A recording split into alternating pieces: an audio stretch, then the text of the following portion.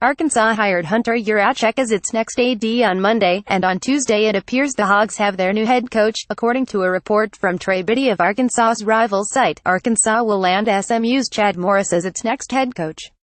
Chad Morris will be named the head coach at the University of Arkansas. WPS, Trey Biddy at Trey Biddy December 5, 2017. That report was followed by one from Thamel of Yahoo. Source: Chad Morris has emerged as Arkansas' top target. Expect a deal in 24 hours.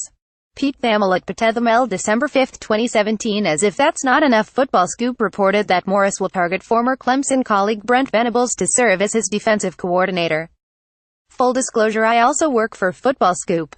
Morris went 14-22 in 3 seasons at SMU, though that record is deceiving. He inherited a bottom-5 program in FBS and took the Ponies from 210 in his debut to 57 a year ago to 75 with a bid in the new Frisco Bowl this season. Prior to SMU, Morris had an ultra-successful run as Clemson's offensive coordinator. Before that, Morris spent a year as Tulsa's offensive coordinator and had a 15-year run as a Texas high school coach. Morris will step into an exceptionally difficult situation at Arkansas. Not only will he have to retrench the roster from the ground and pound scheme of Brett Bielema, he'll have to do so in an SEC West that's as competitive as ever. Alabama is Alabama. Auburn is running at peak efficiency under Gus Malzahn. Jimbo Fisher is on the scene at Texas A&M. Ed Orgeron is a recruiting dynamo at LSU, and Mississippi State seemingly hired well in landing Joe Moorhead. Arkansas went 48 this season and just 17 in the SEC. The Hogs have reached the 10-win mark just 3 times since joining the SEC a quarter-century ago, and have yet to win the conference. The program's last conference title came in 1989.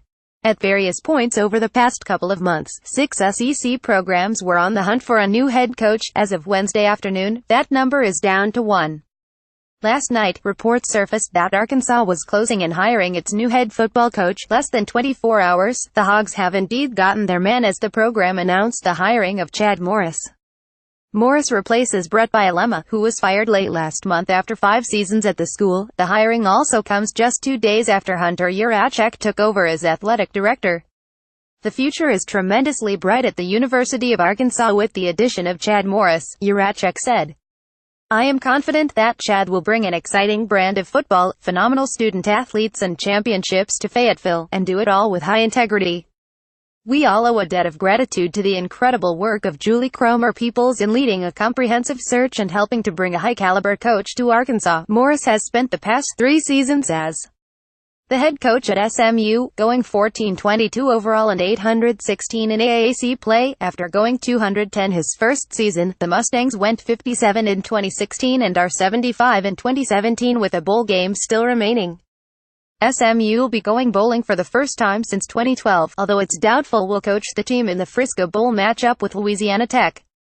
Prior to SMU, Morris, who graduated from Texas A&M but didn't play college football, was the offensive coordinator and quarterbacks at Clemson from 201,114. His first job at the FBS level came in 2010 at Tulsa, where he was also the coordinator and quarterbacks coach. Prior to that, the first 17 years of his coaching career came at the high school level in Texas. Morris turned 50 years old on Monday.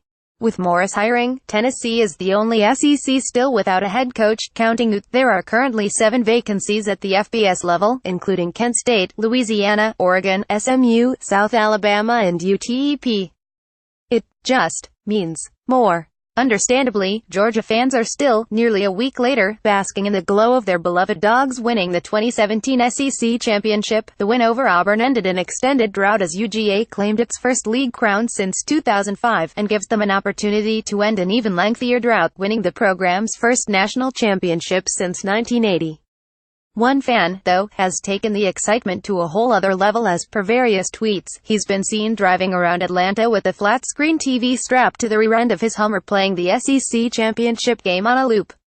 Again, it just means more. One of the more bizarre aspects of the 201,718 spinning of the coaching carousel has been explained, with speculation swirling that Jimbo Fisher was leaning toward leaving Florida State for Texas A&M. A tweet posted by an FSU beat writer showing a Christmas sitting out on the curb waiting to be picked up as garbage went viral, with Seminole Nation using it as a clear indication that the head coach was indeed gone. While Fisher did end up officially leaving the Noles for the Aggies later on that same Saturday, the tree when the curb imbroglio wasn't a sign that he was gone. Rather, as Fisher explained on the Dan Patrick Show, it was simply a matter of a broken tree being replaced, with it merely coinciding with his break from FSU a short time later. Less than 2 weeks after its head coaching position opened, Rice has officially closed it.